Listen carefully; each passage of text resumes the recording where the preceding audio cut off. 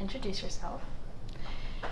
Hello, I'm Dee Dee Guesno. I'm 75, and I don't know that I'm an artist in the true sense of the word, but I do art in everything I do, whether it's decorating, making jewelry, painting, wrapping gifts. It's just part of me. Art enables us to lose ourselves and find ourselves all at the same time. I've probably felt artistic most of my life, starting around the age of 12. I see beauty in everything. I love everything about life. History plays a big part in how I feel about paintings and real art. But I do like to be creative in every aspect. That's just an innate quality that I was luckily born with. I was born in Chicago, Illinois, and that's where my parents grew up as well. My dad, I guess I got some of his genes in art because I found out much later in life that he had gone to art school. He was an entrepreneur. Instead of my mother decorating our house, it was always my dad. He's the one who picked the furniture, the paintings on the walls, and I imagine I got a bit of who I am from him.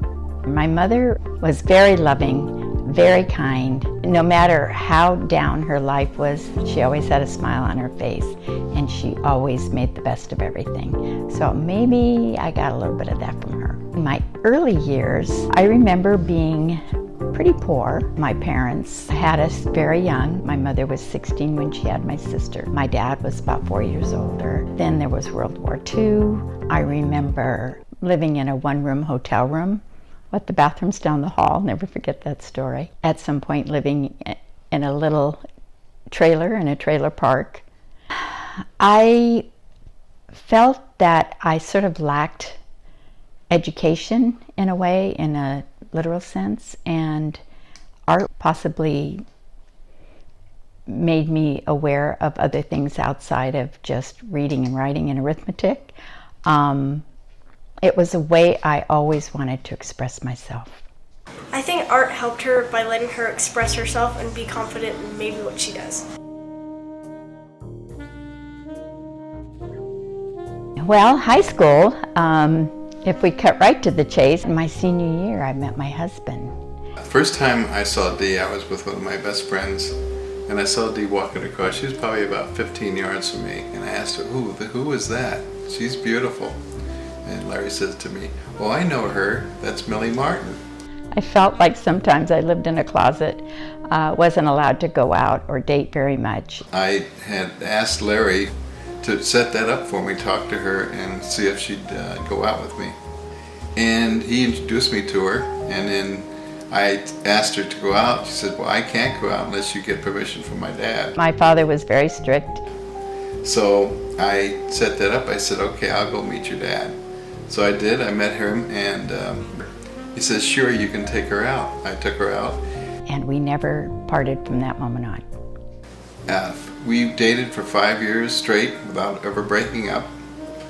And I'm so happy that I did meet with her and have the rest of my life with her. It's been wonderful 58 years, and I just can't wait for the next 50 years with her. I love you, sweetheart. I love you too. Oh, by far the best moment of my life was the day I got married. I drew my husband. We just got through visiting a seminary, and we were up on the hill in the mountains of California, and he was laying in the grass, and I just wanted to get a picture of him. And he has such strong characteristics with his cleft chin and his pointy nose and his long eyelashes, and being French and Italian, I just thought he was so handsome. There is nothing more artistic than learning to love.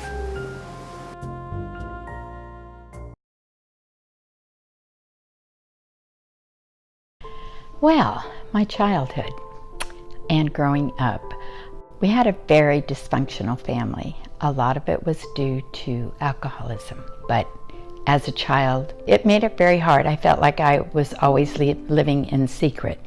Things would happen. I'd go to school, have to pretend my life was normal when it really wasn't. And this really carried on through my whole childhood. My parents loved each other, but in such a different way than I felt was normal. My father really never sought help, but every once in a while I have to think back on what caused him to kind of have the life that he gave to all of us, really. Sometimes people are angry in their alcoholism. Some people aren't as affected, but it really did affect my life because I felt in my heart I had a love-hate relationship with him. I grew up learning a lot of lessons from my father, and that is what not to do. Art washes away the hardship of everyday life. He was in France during the Battle of the Bulge, and he was missing in action, and he was with 2 other men who lost their lives, and he was missing for 3 months, I believe, and it messed with his mind, and he had to come home and be put in a hospital and get better mentally. And so those were sort of the hardships that maybe formed his bad habits in later life. He loved animals, and he had fish ponds out in the backyard with koi fish, and he had cages with spider monkeys. But Georgia baby, I think she was a rhesus monkey. I think she was the biggest, but she was a true pet, and she used to sit on his head and sit on his shoulders, and she really related to my dad. He just loved her. But one day she got out, and the back of our yard faced a big wash, and she went over the fence, and he never saw her again. Then the other thing he had was huge big bird aviary. It was probably 12 by 12 as far as the circle goes, and he had every kind of bird imaginable. Probably had, I'm going to say, 15 species, but a lot of really interesting, beautiful birds. And they were a lot of work. It was a lot of upkeep, and he, like I said, he enjoyed fish, he enjoyed monkeys, he enjoyed birds, he enjoyed dogs. He just couldn't tolerate life any longer without support of, drugs or whatever. So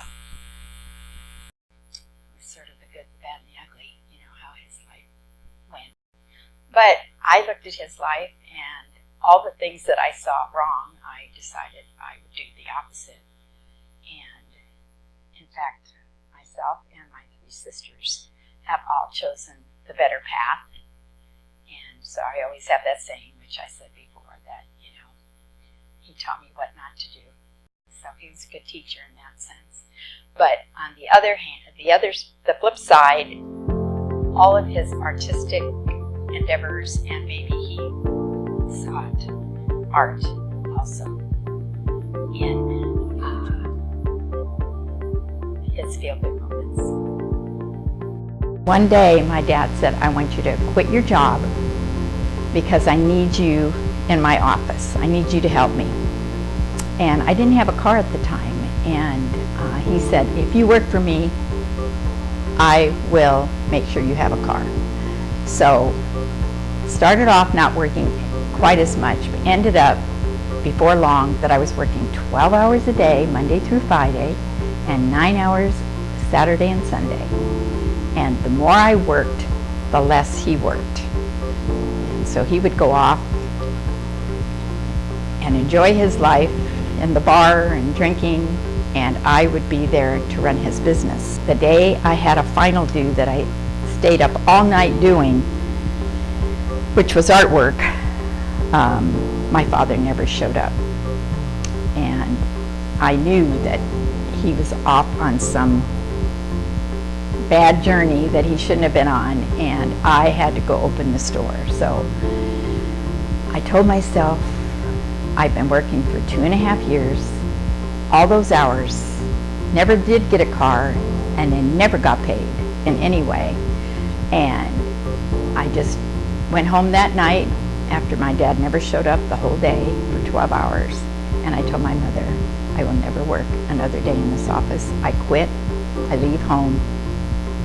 End of story. I'm not doing this any longer. I'm young, I don't have a life, I can't date.